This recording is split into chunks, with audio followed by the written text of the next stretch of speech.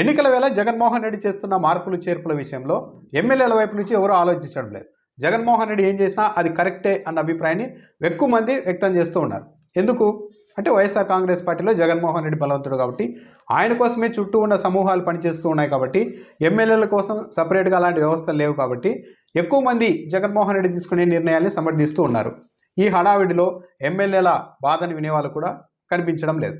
నిజానికి వైఎస్ఆర్ కాంగ్రెస్ పార్టీలో ఎమ్మెల్యేలకు ఇచ్చిన స్వేచ్ఛ, ఈ ప్రభుత్వంలో ఎమ్మెల్యేలకు ఇచ్చిన స్వేచ్ఛ చాలా చాలా తక్కువనే చెప్పాలి గత ప్రభుత్వాలతో పోలిస్తే. పైన జగన్మోహన్ రెడ్డి, మధ్యలో సలహాదారులు, ఆ తర్వాత ఆ నలుగురు విజయసాయిరెడ్డి, సజ్జల రామకృష్ణారెడ్డి, వైవి సుబ్బారెడ్డి, ఇలాంటి ఓ నలుగురు, కింద వాలంటీర్లు, సచివాలయ వ్యవస్థ, ఇవే తప్పించి జగన్ ఎమ్మెల్యేలకు అనే వాళ్ళకి ఎక్కడా కూడా ఎలాంటి అధికారాలు పనులు కూడా లేవు. పరిస్థితి ఎలా ఉందంటే తాడేపల్లిలో కూర్చొని పెత్తనం చెలాయించేది ఒకరు, అధికారం చెలాయించేది ఒకరు, నిర్ణయాలు తీసుకునేది ఒకరు. కానీ ప్రజల్లో ఉన్న ఎమ్మెల్యేలు మాత్రం దానంతటికీ ప్రజా వ్యతిరేకతకు బాధ్యత వహించాలి అన్నట్టుగా ఉంది. పెత్తనం తీసుకున్న వాళ్ళు అధికారాన్ని చెలాయించిన వాళ్ళే కదా, అది వ్యతిరేకత అయినా కూడా సానుకూలత అయినా దానికి బాధ్యత వహించాల్సింది. కానీ అక్కడ ఇలా లేదు. మొత్తం అధికారం అంతా సెంట్రలైజ్ చేసుకొని నిర్ణయాలంతా అక్కడే తాడేపల్లిలో తీసుకొని ఎమ్మెల్యేల మీద వ్యతిరేకత ఉంది. ఆ ఎమ్మెల్యేలు కూడా ఎవరు? సరే, ఇంకా ఫ్రాంక్గా చెప్పాలంటే జగన్మోహన్ రెడ్డికి సంబంధించిన ఆయన సామాజిక వర్గానికి చెందిన కొందరు ఎమ్మెల్యేలపైనే ఈ భూ కబ్జాలు, ఇసుక దోపిడీ, గనుల దోపిడీ ఇలాంటి ఆరోపణలు ఉన్నాయి. కానీ వాళ్ళని మాత్రం వైఎస్ఆర్ కాంగ్రెస్ పార్టీ మార్చే ప్రయత్నం చేయడం లేదు. ఎందుకు చేయడం లేదంటే వాళ్ళు అలా దోపిడీ చేస్తూ ఉన్నప్పటికీ కూడా ఆ నియోజకవర్గాల్లో పాతుకుపోయి 10,000, 20,000 ఓట్లను చీల్చే శక్తి ఉన్న బలవంతులు కాబట్టి వాళ్ళ జోలికి వెళ్ళడం లేదు. ఎవరైతే సరే జగన్మోహన్ రెడ్డి ఈ కార్యక్రమం ఇచ్చారు, ఈ పని చెప్పారు కాబట్టి మనం ఇలాగే ప్రజల్లో తిరిగి ఇలా చేసుకుంటే సరిపోతుందేమో అని అనుకున్న కొన్ని వర్గాల ఎమ్మెల్యేలు మాత్రమే ఈరోజు ఇష్టానికి మార్చి పారేస్తూ ఉన్నారు. నిజంగానే చెప్పాలంటే సత్యవేడులో ఆదిమూలం ఏం చేసి ఉంటారంటే అక్కడ పెద్దిరెడ్డి రామచంద్రారెడ్డికి తెలియకుండా, ఆయన కుటుంబానికి తెలియకుండా ఎవరైనా నిర్ణయాలు తీసుకునే అవకాశం ఉందా? అక్కడ లేదు. కానీ ఈరోజు ఆయన మీద వ్యతిరేకత ఉంది కాబట్టి మార్చేస్తున్నాం అన్నారు. ఆయన ఇంకా తట్టుకోలేక బాధతో ముఖ్యమంత్రి ముందే, పెద్దిరెడ్డి రామచంద్రారెడ్డి ముందే అడిగేసినట్టు చెప్తూ ఉన్నారు. నేను ఏ నిర్ణయం సొంతంగా తీసుకున్నానని నా మీద ప్రజా వ్యతిరేకత ఉండడానికని. చాలామంది ఎమ్మెల్యేలు సొంత ఊర్లలో కూడా 1 కిలోమీటర్ రోడ్డు వేయించుకోవాలని కూడా తాడేపల్లి పోయి సలహాదారులను కలవాల్సిన పరిస్థితి అయితే ఈ ప్రభుత్వంలో ఉంది. ఎమ్మెల్యేలకు అధికారాలు, పనులు అయితే చాలా చాలా పరిమితంగా ఉన్నాయి అన్నది అందరికీ తెలిసిందే. కాకపోతే జగన్మోహన్ రెడ్డి ఒక రేస్ సృష్టించి గడప గడపకు వెళ్లాల్సిందే అని చెప్తే చాలామంది ఎమ్మెల్యేలు ఈ కార్యక్రమం కరెక్ట్గా చేస్తే మళ్ళీ మనకు టికెట్లు ఇస్తారేమన్న ఉద్దేశంతో చాలామంది కష్టపడి పనిచేశారు. ఏడాదిలో 300 రోజులు తిరిగిన వాళ్ళు కూడా ఎమ్మెల్యేలు ఉన్నారు. వాళ్ళంతా ఉద్దేశం ఏంటంటే, నేను డబ్బులు బటన్ నొక్కి డైరెక్ట్గా జగన్మోహన్ రెడ్డి చెప్పిన మాటే, నేను బటన్ నొక్కి డైరెక్ట్గా ఖాతాల్లో డబ్బులు వేస్తున్నాను, పథకాలు తప్పకుండా అమలు చేస్తున్నాం, మీరు జస్ట్ వెళ్ళి ప్రతి ఇంటిని తలుపు తట్టి వస్తున్న పథకాలను వాళ్ళకు గుర్తు చేస్తే చాలు, పార్టీని చూసి ఓట్లు వేస్తారని జగన్మోహన్ రెడ్డి కొద్ది నెలల క్రితం చెప్పారు. కానీ ఇప్పుడు తీరా వచ్చేసరికి సర్వే రిపోర్ట్లు పేర్లు పెట్టి గడప గడప కార్యక్రమంలో అత్యధికంగా తిరిగిన వాళ్ళని కూడా కొన్ని వర్గాలకు సంబంధించిన ఎమ్మెల్యేలని నిర్దాక్షిణ్యంగా మార్చేస్తున్నారు. కానీ వాళ్ళ తరఫు నుంచి ఎవరు ఇది తప్పు కదా అని ప్రశ్నించే పాపనైతే పోవడం లేదు. తెలుగుదేశం పార్టీ మీడియా రాసుకుంటూ ఉంటుంది, కానీ వాళ్ళు రాసే కథనాలు ఎలాగ యాంటీ కోణంలోనే జగన్మోహన్ రెడ్డి వ్యతిరేకం కాబట్టి ఇలాగ రాస్తున్నారని అనేవాళ్ళే. కానీ ఫ్రాంక్గా, నిజాయితీగా అసలు ఎమ్మెల్యేల పరిస్థితి ఏంటి అన్నది అయితే ఎవరు ఆలోచించడం లేదు. ఇదే నేపథ్యంలోనే ఉమ్మడి చిత్తూరు జిల్లాకు చెందిన సత్యవేడు నియోజకవర్గం ఎమ్మెల్యే ఆదిమూలంను కూడా జగన్మోహన్ రెడ్డి తన క్యాంప్ కార్యాలయాన్ని పిలిపించారు. ఆ సమయంలోనే ఆయనకు కూడా ముఖం మీదే చెప్పేశారంట, మీ మీద సర్వే రిపోర్టుల్లో వ్యతిరేకత ఉంది, పైగా జిల్లాలోని కీలక నేతలు కూడా మీకు ఈసారి ఇవ్వద్దని చెప్తూ ఉన్నారు, కాబట్టి టికెట్ ఇవ్వలేమని చెప్తే ఆయన ఆదిమూలం డైరెక్ట్గానే, అదేంటన్నా నా మీద వ్యతిరేకత ఉండడం ఏంటి, నేను మీరు చెప్పిన పనులన్నీ చేశాను, అసలు సొంతంగా నిర్ణయాలు అయితే నేను ఎక్కడా నియోజకవర్గంలో తీసుకోలేదు, నేను ఎమ్మెల్యేగా ఉన్న పెత్తనమంతా ఈ పెద్దిరెడ్డి ఫ్యామిలీదే కదా, వాళ్ళు చెప్పినట్టే నేను చేశాను, సొంతంగా అయితే నేను నిర్ణయాలు ఎక్కడా తీసుకోలేదు, చెప్పిన పనులు మాత్రమే చేశాను, మరి అలాంటప్పుడు నా మీద వ్యతిరేకత ఉండడం ఏంటి, మీ ఎదురుగానే ఉన్నారు కదా పెద్దిరెడ్డి రామచంద్రారెడ్డి గారు, అడగండి ఆయన్ని, నేను సొంతంగా ఏదన్నా ఒక నిర్ణయం తీసుకొని పని చేశానా, దానివల్ల ఎక్కడైనా నష్టం జరిగిందేమో చెప్పండి అని ముఖ్యమంత్రినే ఆదిమూలం ప్రశ్నించేశారు. అంటే ఆవేదనతో ఏమీ చేయకపోయినప్పటికీ, చెప్పినవన్నీ చేసినప్పటికీ, సొంత నిర్ణయాలు తీసుకోకపోయినప్పటికీ కూడా నా మీద వ్యతిరేకత ఉంది అని చెప్పేసరికి ఆ ఎమ్మెల్యే కాస్త తట్టుకోలేకపోయారు, నేరుగానే జగన్మోహన్ రెడ్డిని అడిగేశానట. దాంతో జగన్మోహన్ రెడ్డి కూడా కాసేపు మౌనంగా ఉండిపోయి, అలా కాదన్నా పక్క నియోజకవర్గంలో మరో చోట చూద్దాం, మీకు అవకాశాలు ఉంటాయి, ఇప్పుడైతే వద్దులే అని బుజ్జగించే ప్రయత్నం అయితే చేసినట్టు చెప్తున్నారు. అంటే సో ఓవరాల్గా జరుగుతోంది ఏంటి వైఎస్ఆర్ కాంగ్రెస్ పార్టీలో, సరే ఆ పార్టీ వాళ్ళ వీరాభిమానులకు ఇవన్నీ నచ్చచ్చు, కానీ ప్రజలు, బయట తటస్థులు అందరూ ఆలోచిస్తున్నప్పుడు మాత్రం ఈ ప్రాసెస్లు, ఏదో ఒక నియంత్రపూరితమైన చర్య కానీ చాలామంది భావిస్తున్నారు. అది వాళ్ళకు ఎవరైనా చెప్పినా కూడా వినరు. చెప్పాలనుకున్న వాళ్ళు కూడా వాళ్ళ దృష్టిలో దొంగల్లాగా మిగిలిపోతారు.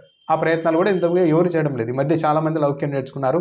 కరెక్ట్, మీరు ఏం చేసినా కరెక్టే అని వైసీపీ నాయకత్వాన్ని ప్రోత్సహించడం మొదలుపెట్టారు. ఎందుకు మనకి ఆ లూప్ హోల్స్, ఆ తప్పులు అన్నీ ఎత్తి చూపి మనం ఇబ్బంది పడ్డం ఎందుకు అని ఇలా నడుస్తుంది. మొత్తం సలహాదారులు జగన్మోహన్ రెడ్డి, సీఎంఓలోని అధికారులు, కింద వాలంటీర్లు, ఇవి తప్పించి ఈవెన్ చాలామంది మంత్రులకు కానీ ఎక్కడా స్వేచ్ఛ లేదు. ఏ నిర్ణయాలు తీసుకోలేక ఉన్నారు. ఎమ్మెల్యేల పరిస్థితి కూడా అదే. అయినప్పటికీ మాత్రం ఇప్పుడు మాత్రం వాళ్ళ మీద వ్యతిరేకత ఉంది అని చెప్పి ఎక్కడ పడితే అక్కడ మార్చేస్తూ వెళ్తూ ఉన్నారు.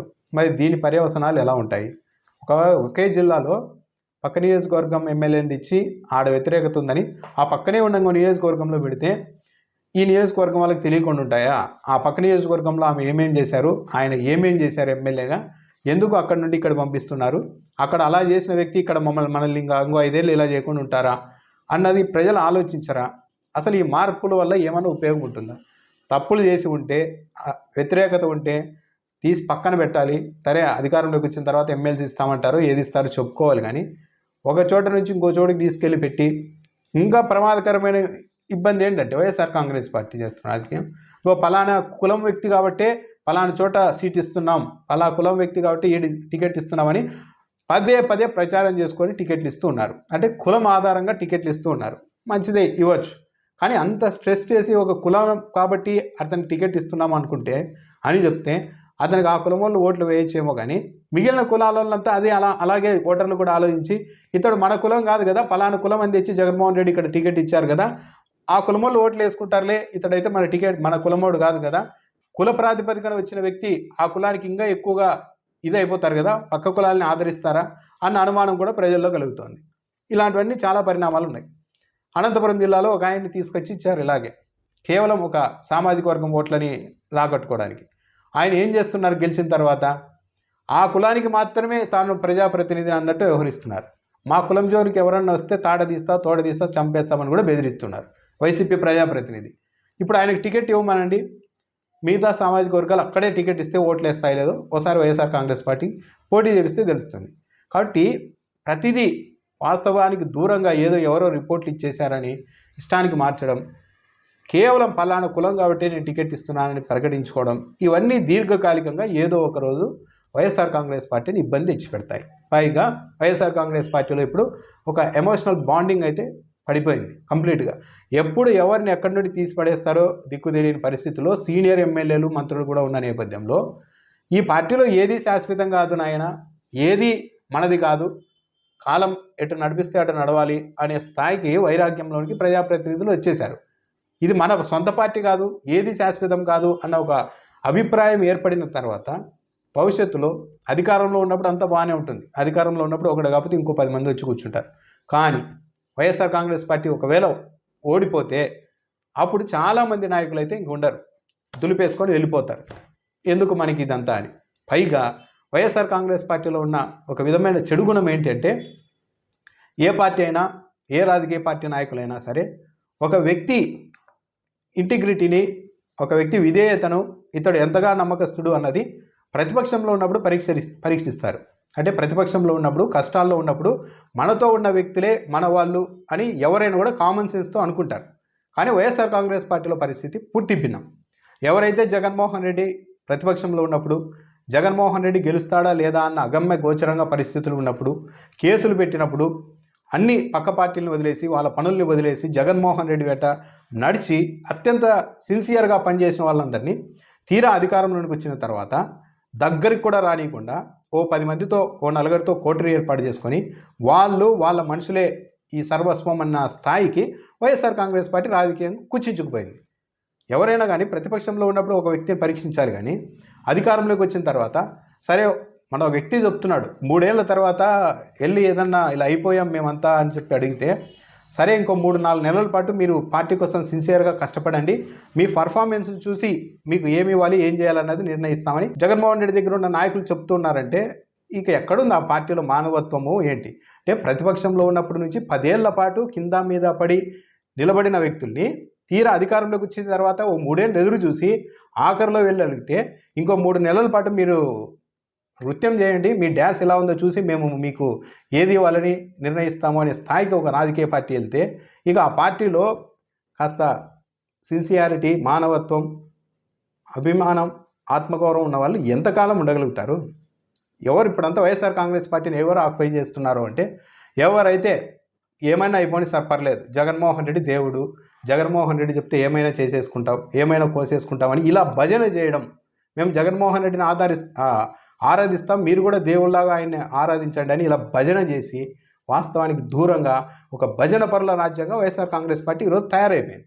ఇవన్నీ ఇప్పుడు కాదు, ఒకవేళ మంచిగా జరగాలని కోరుకుందాం, ఒకవేళ అధికారం పోతే జగన్మోహన్ రెడ్డికి ఈ భజన పరులు ఎవరు ఉండరు.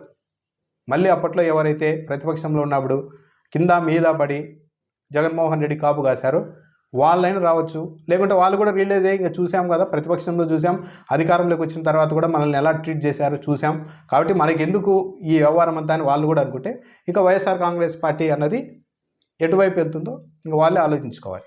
కాబట్టి కాస్త మనుషులకు విలువనివ్వడం అయితే జగన్మోహన్ రెడ్డి కాదు, కానీ ఆయన చుట్టూ ఉన్న వాళ్ళు బాగా నేర్చుకోవాలి. అసలు ప్రతిపక్షంలో ఉన్నప్పుడు ఎవరో కూడా తెలియని వాళ్ళు కూడా ఈరోజు అక్కడ కీ పొజిషన్లోకి వచ్చేసి వాళ్ళు వైఎస్ఆర్ కాంగ్రెస్ పార్టీ కోసం ఎవరైతే అప్పట్లో పనిచేసి ఉంటారో వాళ్ళందరూ ఫేట్ని డిసైడ్ చేసే స్థాయికి వెళ్ళిపోతున్నారంటే, ఆ రాజకీయ పార్టీకి ఎక్కడ ఒక సక్రమమైన వ్యవస్థ, ఒక సిన్సియారిటీ ఆ రాజకీయ పార్టీలో ఉందని ఎవరైతే అనుకుంటారు.